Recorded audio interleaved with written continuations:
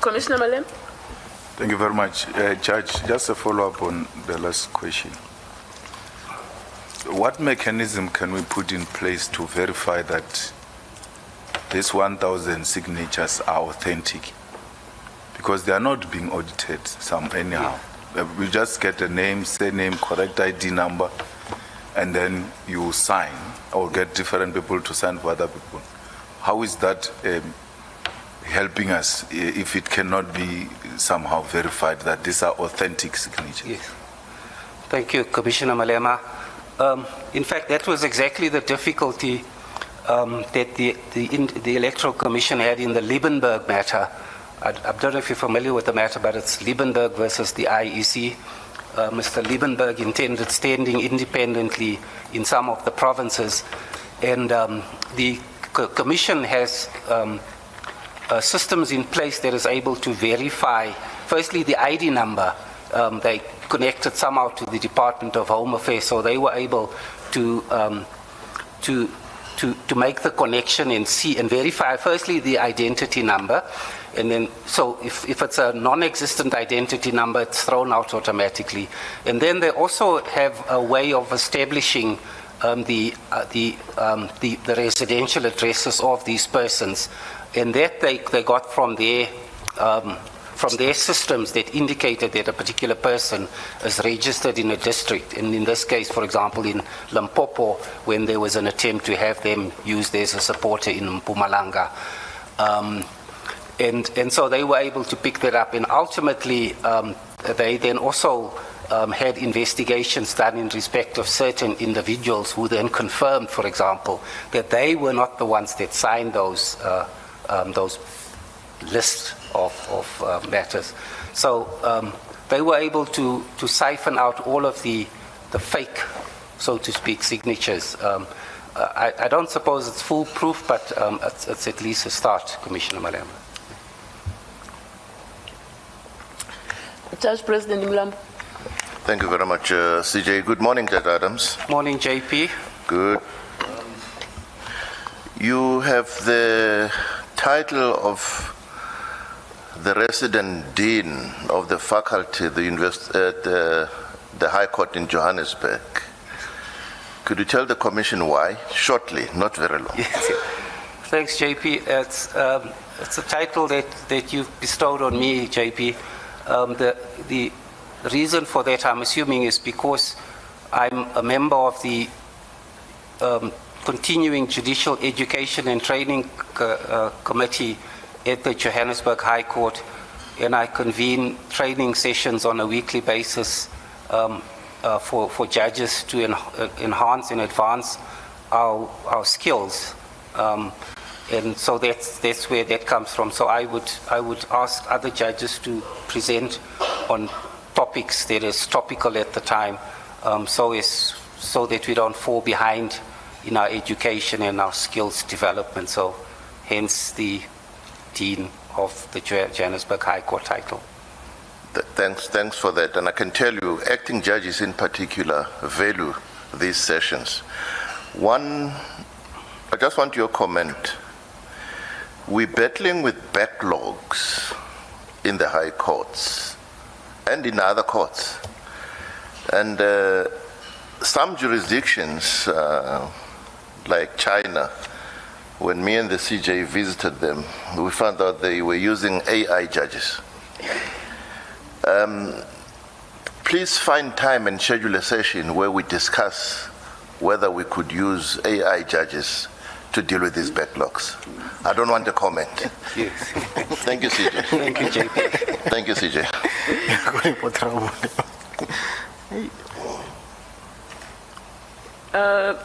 Commissioner Pillay. Thank you, Chief Justice. Good morning, Judge Adams. Morning, Commissioner. Judge Adams, I just want to follow up on the question posed by the Minister in relation to digitalization.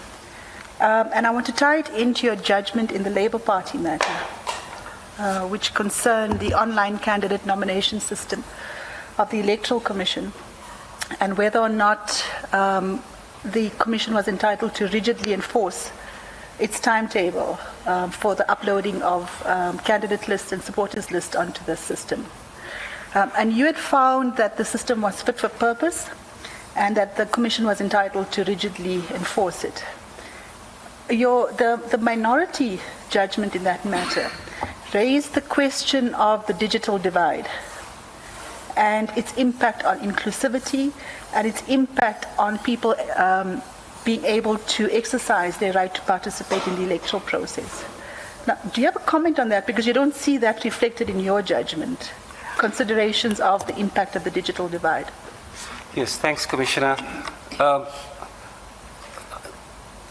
I must just say that the Constitutional Court agreed that with the approach adopted by the majority judgment, which was my judgment, firstly, and then secondly, I did not mention specifically the digital divide, except that I said in my judgment that the difficulty with the complaints on behalf of the applicants in all of those matters were that they clearly had not done the necessary preparation in order to ensure that they comply with the requirement relating to the uploading of the list. So it wasn't so much the fact that they didn't have the necessary skills, they just did not have the necessary, they didn't do the necessary preparation, and they started their uploading, for example, at a very late stage, which left them vulnerable, and ultimately that is the reason, and like I say, the Constitutional Court agreed with me, but it wasn't a case of them being disadvantaged as a result of their lack of technical knowledge or technological knowledge.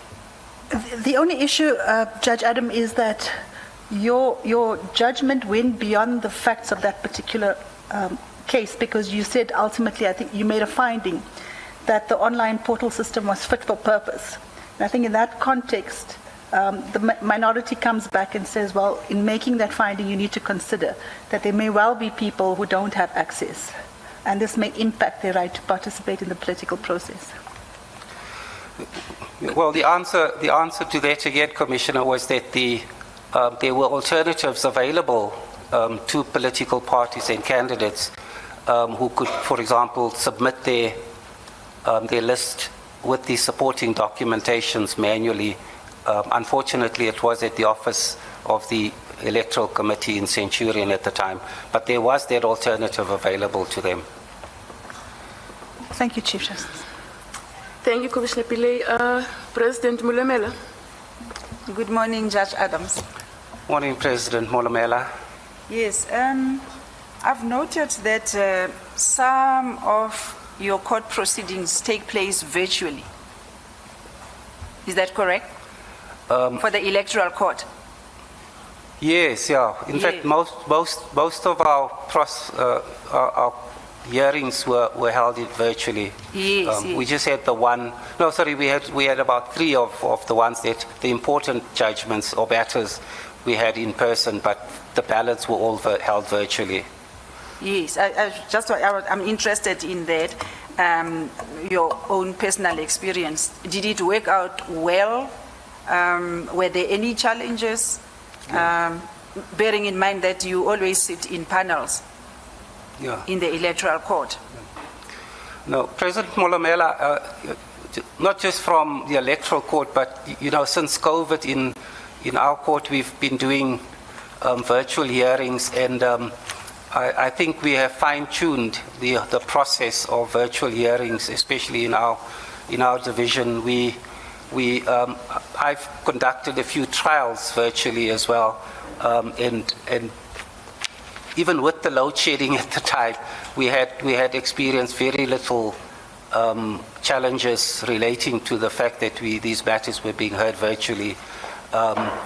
In fact, some of those matters have subsequently gone on appeal, and the record, I'm told, is a lot easier to transcribe than is normally the case. So, the short answer to your question is that I can't complain of any challenges that we've experienced, especially not during the hearings in the electoral court. Thank you, Judge Adams. Thank you, CJ. Thank you, President. Thanks, President. more questions, colleagues? None? All right. It appears that we've reached the end of your interview, Judge Adams. Is there anything you wish to raise with us before I release you? No, just to thank the Commission for hearing me yet again for the third time. Well, thank you for not giving up. You're excused. Thank you so much, CJ, and thank you all the commissioners.